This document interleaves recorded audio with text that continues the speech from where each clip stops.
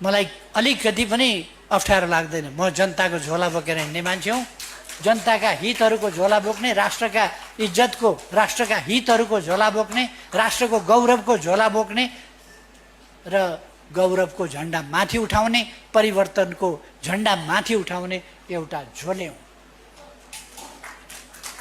के भयो त झोले हुँदा? मैले कुनै सामन्तको झोला बोकेको छैन। कुनै सामन्तको 2 कौडी लिएर त्यसका पछाडि स्तुतिगान गर्न पुगेको छैन। इतिहासलाई बाङ्गो टिङ्गो पारेर मर्काएको छैन। हो त्यस्तो झोला। इतिहास नमर्काउने, नबग्याउने, इतिहासलाई जस्ताका तस्तै बुझ्ने, राख्ने, इतिहासलाई सही बाटोमा अगाडि बढाउँदा म नेकपा एमालेको झोले हो। म यस देशका जनताको झोले हो। अब भयो, चित्त बुझ्यो प्रतिक्रियावादीहरूलाई। म कबुल गर्छु झोले हो।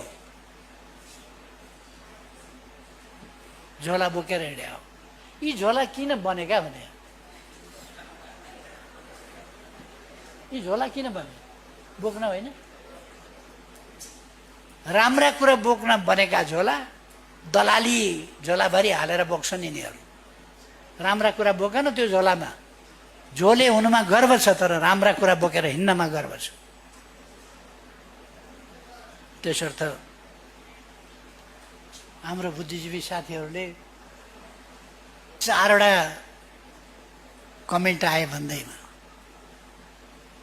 बुस्ट गरेका सोकल्ड कमेन्ट, त्यहाँभित्र मान्छे छैन। मसिन खेलाएर अर्काको चरित्र हत्या गरेर, मसिन प्रयोग गरेर हत्या गरिएको छ। त्यो त्यस्ताहरूका कमेन्टका पछाडि नलाग्नुहोस्। त्यो त जे हरायो त्यही गर्ने बिचरा मसिनको कुरा हो, मान्छेको बुद्धिको कुरा होइन।